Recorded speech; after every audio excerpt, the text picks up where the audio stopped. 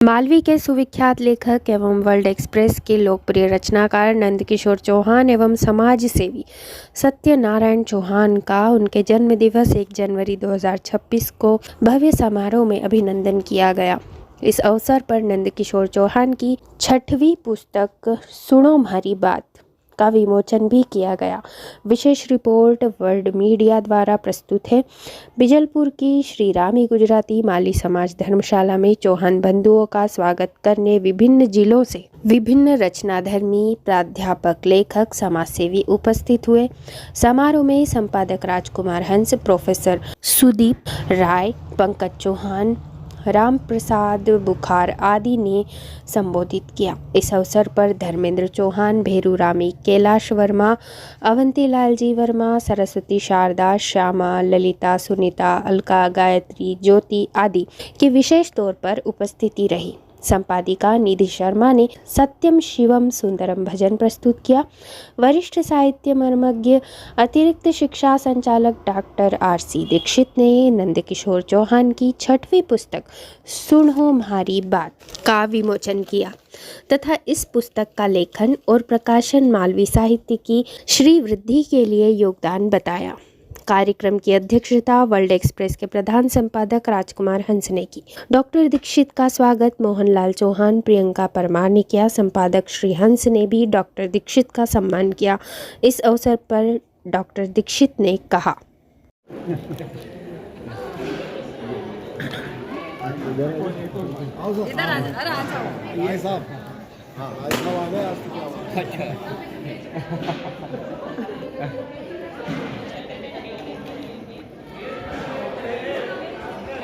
जन्म दिवस है और नया साल भी है, ये दोगुने अवसर है खुशी का। हम बधाई देते हैं आप दोनों भाइयों को, हमारे नंदकिशोर चौहान जी को और सत्यनारायण जी। और सत्यनारायण मतलब जब सत्य बोलता है उसको प्रभु की प्राप्ति होती है। और नंदकिशोर जी चौहान का नाम भी प्रभु पर रखा हुआ है हमारे। और मोहनलाल जी हैं, और मोहन का मतलब होता है जिसको जीवन में कभी मोह नहीं हो। ये भैया को भी मोह नहीं होना चाहिए।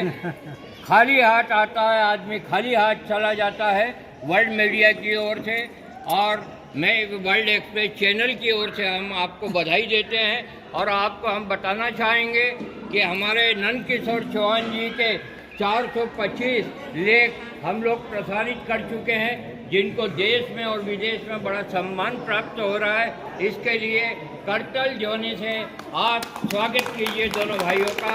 और हम भी स्वागत करते हैं कि ये चिरायु हों, और परमात्मा से प्रार्थना करते हैं कि ये इसी तरह का भोजन, ये भोजन तो नष्ट हो जाता है, लेकिन विचारों का भोजन जो कि अजर अमर हुआ करता है, इसी तरह से खिलाते रहें और समाज को स्वस्थ बनाते रहें। जय भारत, इनकलाब जिंदाबाद, भारत माता की। मैं आग्रह करूंगा, हमारे बीच में निधि शर्मा जी उपस्थित हैं, एक भजन छोटा सा सुनाएंगी निधि शर्मा जी। सत्य है, सत्य ही शिव है, शिव ही सुंदर है। सत्यम शिवम सुंदरम, सत्यम शिवम सुंदरम, सुंदरम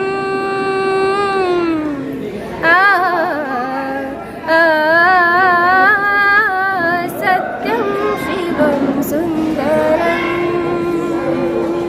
सत्यम शिवम सुंदरम, सुंदरम सुंदरम। रामावध में,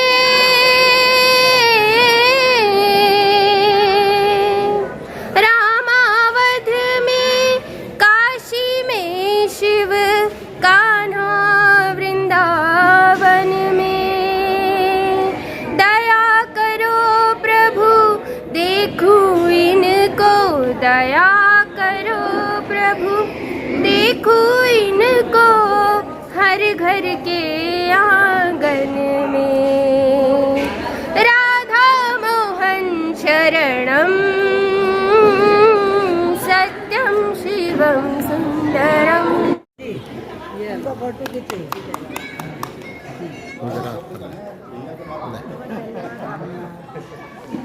मेरा प्रोफेसर राय जी से आग्रह है, जो पार्टी के प्रोफेसर हैं, हमारे बीच में उपस्थित हैं।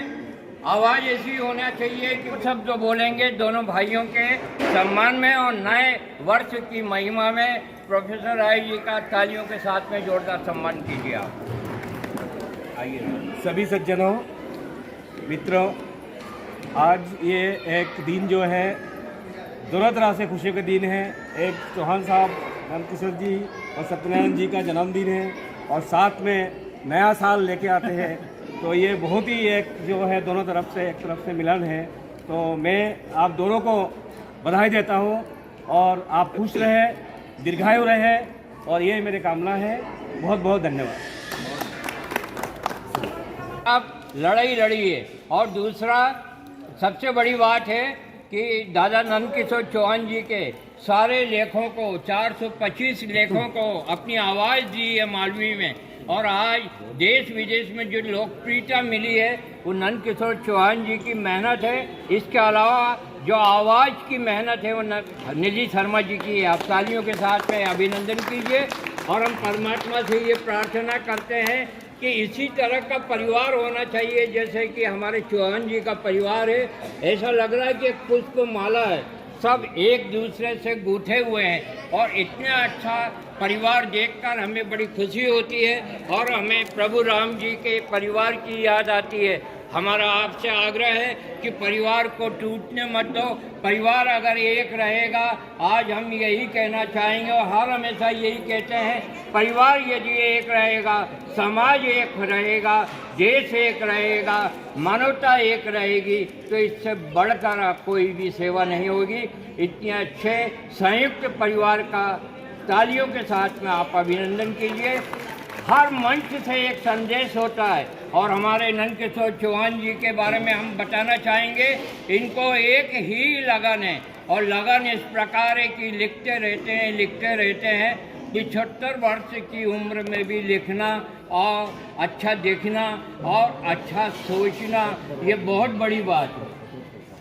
हम परमात्मा से ये प्रार्थना करते हैं कि ये शतक पार करें। हमारे सत्यनारायण जी भी हैं। हमारा आपसे यही आग्रह है कि परिवार को टूटने मत दो, एक दूसरे के काम आओ, तभी परिवार की सार्थकता होगी। निधि शर्मा जी के लिए और हमारे प्रोफेसर राय जी के लिए, नंदकिशोर चौहान जी के लिए, सत्यनारायण जी के लिए जोरदार तालियां। यहीं मैं अपनी वाणी को विराम देना चाहूँगा। जय हिंद, जय भारत।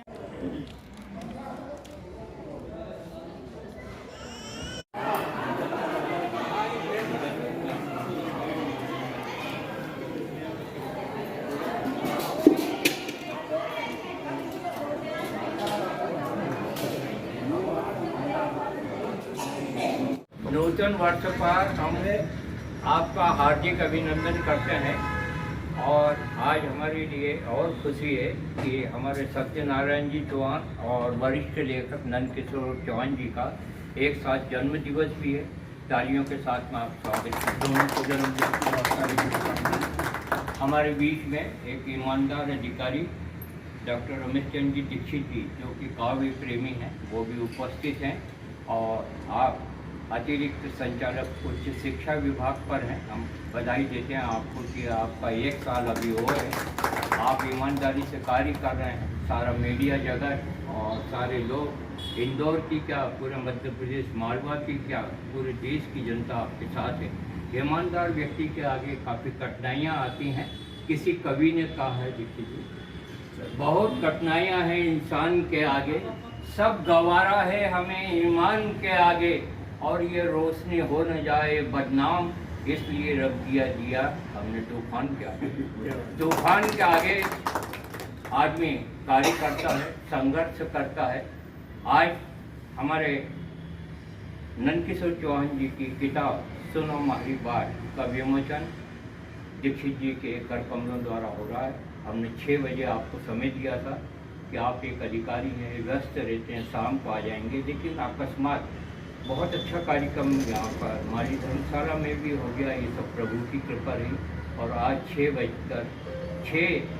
बजने के बाद ये कार्यक्रम आज आपके परिवार में हो रहा है। सारा परिवार आपसे जुड़ा हुआ है। हम आपको बधाई देते हैं और ये किताब आपको भेंट कर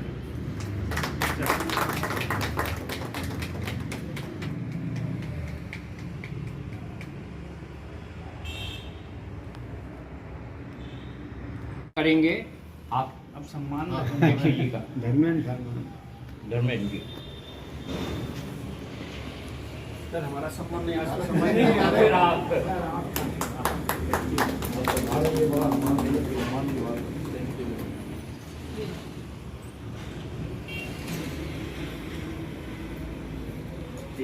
नंद किशोर चौहान जी का सम्मान। अब मैं करूँगा। हाँ बहुत बहुत बधाई आपको। बहुत बहुत सत्यनारायण जी, आपका भी जन्मदिन है आज। बधाई सर, बहुत बहुत शुभकामनाएं। तो आपका जय हो, चौहान साहब की जय। आप बुके दे देंगे।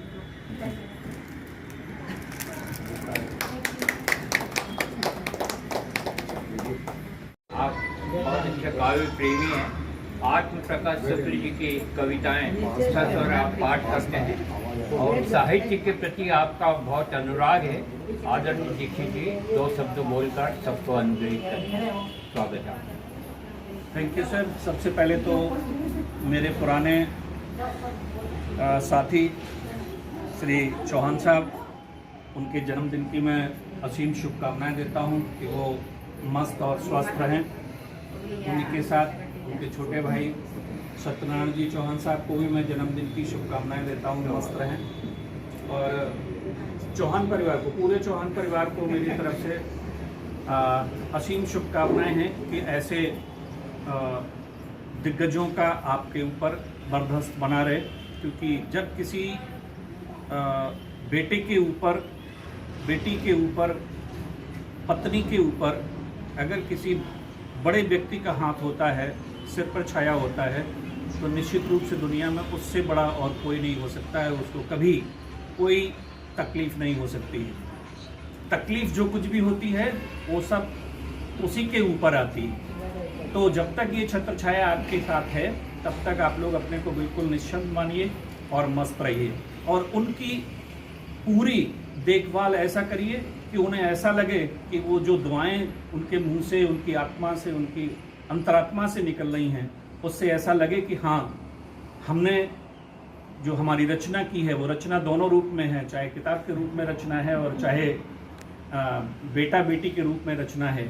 उस रचना को हमने सही तरीके से रचा है, जिसको कि वो उसका फ़ायदा वो भी उठाएं और आप लोग भी उठाएं। आप लोगों ने हमें यहाँ बुलाया, हंसराज जी ने हमको फ़ोन लगाया, हमको भाई बिल्कुल आएंगे, और हमें कोई मालूम नहीं था कि ऐसी स्थिति बनेगी आकर के। तो मैं सर आपका भी बहुत बहुत धन्यवाद, शुक्रिया अदा करता हूँ कि आपने मुझे यहाँ बुलाया। और साथ में सभी से एक अनुरोध है, जैसा आपने मेरे बारे में ये कहा कि मैं एक ईमानदार अधिकारी हूँ, मेरी तो हमेशा यही चेष्टा रहती है कि नियमों में रहते हुए लोगों की भलाई करिए, चाहे आपके सबॉर्डिनेट हों और चाहे आपके अधिकारी हों। नियमों का हवाला देकर के कभी किसी को परेशान मत करिए। और इसलिए मैं बेधड़क अपना काम ईमानदारी से सुबह से शाम तक जो हमारे लिए समय होता है, अलॉटेड है, उस समय में काम करता हूँ और बाकी किसी की परवाह नहीं पड़ता हूँ कि कोई हमारे बारे में क्या सोचेगा, क्या कहेगा, क्या नहीं करेगा। क्योंकि मैं सही कर रहा हूँ तो मैं तो ऊपर वाले पर विश्वास करता हूँ। वो जो कुछ करते हैं, सोचते हैं, वो सब अच्छा ही सोचते हैं और उनके पास हमारा जो अच्छा जाएगा वही हमारे साथ रहना है, बाकी तो सब कुछ यहीं रह जाता है। मैंने वो दिन देखे हैं कोविड के समय में, जब 10 लाख रुपए जेब में डाल करके एक बेड की डिमांड कर रहे थे, लोगों को एक बेड नहीं मिल रहा था इस इंदौर में। तो पैसा और वो सब चीज़ें जो है इमेटीरियल हैं। हम अपना और हमारे बुजुर्गों का अगर हम सम्मान करते हैं, अगर हम ध्यान रखते हैं, तो इससे बढ़िया दुनिया में कोई सेवा नहीं है। एक बार सभी को पुनः धन्यवाद। संभावना मेरे को लग नहीं रही थी कि सर आएंगे। अचानक मुझे पता चला आज कि सर आ रहे हैं, तो मैं वहाँ गेट पर खड़ा रहा, ये सब इनको बोला कि मैं सर को लेके आ रहा हूँ, वो धर्मशाला में उन्होंने देखी है धर्मशाला, इसलिए वो यहीं आएंगे। और आते से मैंने सर को रिसीव किया और लेके आया। मुझे बहुत अच्छा लगा कि सर आज मेरे बड़े दूसरे भैया का भी घर देख लिया उन्होंने आज।